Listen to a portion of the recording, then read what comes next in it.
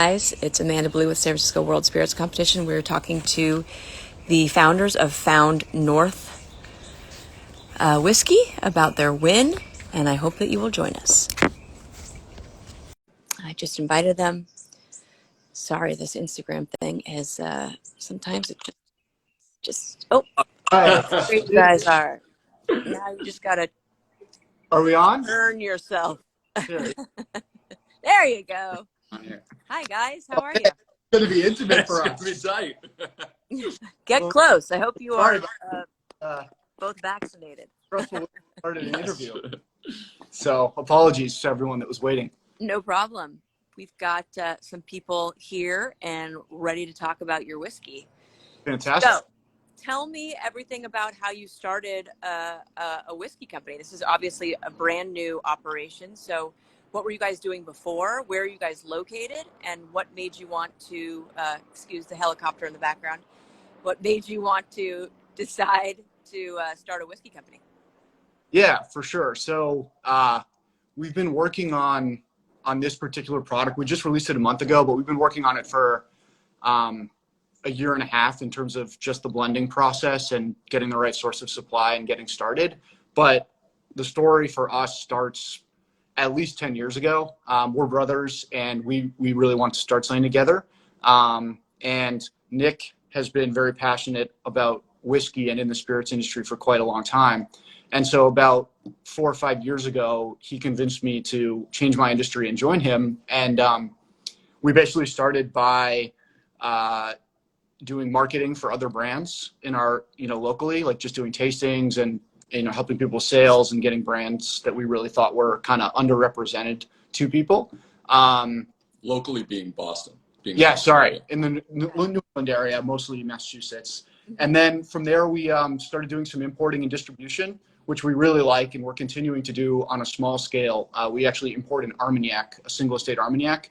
Oh, wow. That's been really cool, so we're going to continue doing that. But other than that, we basically have transitioned to Found North completely.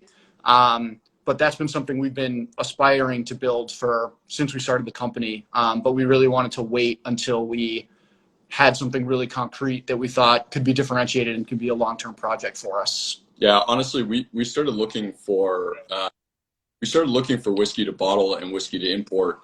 Honestly, 4 years ago. We were in Kentucky, we were in Scotland, we were in Japan, and we really just didn't find anything that was quality enough and price appropriate enough to really get us excited. And it was Zach who really started exploring the avenue of working with Canadian distilleries. And Zach's attitude was honestly, like when I worked in retail, which is what I did sort of before we started this company together, Canadian whiskey was just not on anybody's radar, really. And then some brands started doing pretty well sourcing from Canada, and that really got Zach's attention, and he started really pursuing the distilleries.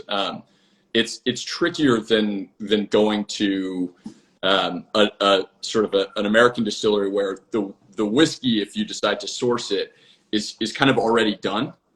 Whereas with Canadian, it's very much designed to be blended. So the samples that you get are not just sort of standalone good and ready to bottle.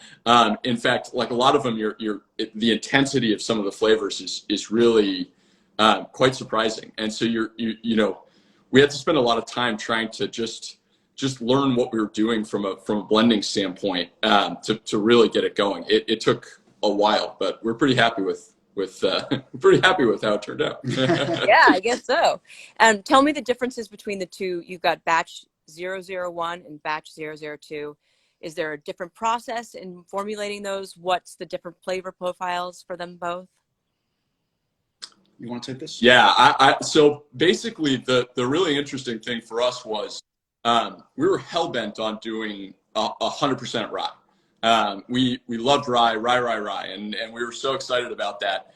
And when we first started blending it, the rye spice was incredibly intense. And it took us a long time before we really started playing with some barrels of sort of super aged corn whiskey from Canada. And they distill slightly differently than we do down here in the US from a sort of bourbon versus corn whiskey in Canada standpoint. And as a result, they sort of distill to a much higher proof. And so the whiskey's extraordinarily clean, and it really balances out the rye. And so with batch one, we were using this rye that was 16 years old that was aged in ex-Hungarian oak barrels. And we absolutely loved it, but it really wasn't until we started balancing it with the corn that the sort of sweet and spice came together. And it sort of profiles as a really sort of spice forward in the beginning rye. I mean, it announces itself. But what's exciting about sort of aging in slightly cooler climate is you get a lot of room for oxidation and a lot of room for the fruit character to really develop, and the sort of the creamier texture we were getting from the corn. It was very reminiscent of American rye, but it just was a slightly more dynamic from a sort of fruit and creaminess standpoint, and that was what we were going for with batch one. With batch two, we wanted to make another rye, which was really funny because we had this rye that was aged in ex-wheated bourbon barrels that we adored, and we started balancing it with the sort of corn sample that we had. That again, it was kind of the same process, but as we started to favor the ratio as we were experimenting in favor of the corn, we started to like it better. I mean, better and better and better, and we finally hit the inflection point where it was no longer a majority rye, and we kind of had to make a decision as a company. We were so determined to make these really high rye ryes, and we ended up with this corn-based whiskey that was, I mean, we loved it, and finally just said, all right, let's just bottle the best whiskey we can and figure out how to categorize it and figure out if anybody actually will like it. And surprisingly for us, the corn has been just as popular or more popular, at least in the Massachusetts region, as the rye, which was a really happy accident. We assumed the sticker value of a 16-year rye, people would be all over that. Mm-hmm. So the corn has done extremely well, which is exciting. And what are some of your inspirations, maybe some other bourbons, ryes that you kind of wanted to model your company after, either flavor profile wise or, on the shelf? So I'll speak to this conceptually, and Nick can probably, I'm sure he's going to mention Four Roses and some other folks that we really like. But I think conceptually, the thing that we really wanted to do was see if we could do something different from MGP. That is not to say that MGP doesn't make awesome bourbon and rye. They do, for sure. And we would absolutely love to work with their product. But there's just quite a few whiskey brands out there that have that flavor profile. And so for us, we were really inspired by trying to find a category that we could have more open sky to explore from a flavor perspective. And Canadian is just amazing for that, theoretically. And then when we were able to actually find stocks that blew us away, it was an easy move to say, okay, this conceptually, we love this. Like, this is something that is ripe for exploration, for sort of education, which we love about whiskey, sharing with people, telling a different story. And I think once we found that the flavors were diverse from, they were close enough to what the American whiskey drinker likes, ourselves included, to be to that, for people that like that profile, but they were differentiated enough to bring things to the flavor profile that just really aren't accessible to American because of the way that it has to be made by regulation. And just the age. And the age. Like, you're just not going to, like, our corn whiskey is 20 years old. I mean, that's just hard to find, obviously, for American, and it wouldn't do well in New Oak for a lifetime in heat. To be clear, the corn that's in the 16-year-old batch 2 is 20 years old. The rye component is 16, which was another. We did 16 to start, which probably we won't repeat. For me, from an inspiration standpoint, we went down to Four Roses a few years back, and I had met Brent, who through working at Gordon, doing barrel picks, and when we went down there, we really interviewed him on the process, the blending process for making small batch limited edition.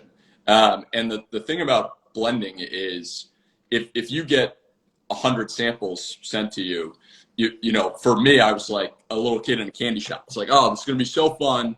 I'm just going to try everything. And after you know, a couple of weeks, you realize that the palate fatigue you get is so intense that you have to be extremely strategic about what you try. Imagine being a judge at our competition where you have to go through about 100 different spirits a day. but we sort of went back to the interview we did with Brent Elliott about blending small batch limited edition. And I had just really not fully appreciated how brilliant he is and their team is from a blending standpoint, because they're dealing with way more, I mean, even more lots than we were receiving from different suppliers. And to sort of to go through that process and make something that every year is just highly, highly coveted and different from the last batch. It was something to aspire to, and it was something that was really exciting. And then on top of it, he's just one of the kindest and best human beings on the planet. I mean, he's just such a nice, helpful guy to take the time with us. It was very cool. So I've always sort of reached back to that when we're doing our work, which is fun. Right. And so now I know you're brand new, obviously. So what's your distribution retail plan or goal? I know we would love to get you here in California. Yeah, you guys are at the top of the list, and it doesn't hurt that, you know, we did so well. I mean, actually, that would be an understatement. I think, you know, for us, doing well locally is an amazing feeling because this is our community, and these are the people that, you know, we've been around for a long time, and actually many folks that we didn't know that we now know by releasing the product here. So that's amazing. But I think just having the validation of getting double golds from you guys just opens up the market in a way that, you know, really expedites what we maybe had hoped to do prior.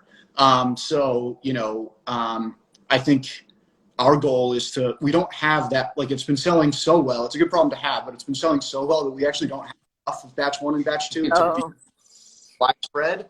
So I think what we'll probably do is we're talking to some folks in California, and then we're talking to some whiskey clubs around the country, because we find that those guys, they have an appreciation that is, you know, that is viral. You know, they talk to other folks. They sort of drive the perception of what makes a great whiskey. They're passionate and they're open to new stuff, which ours is an experiment. Like Found North is Canadian.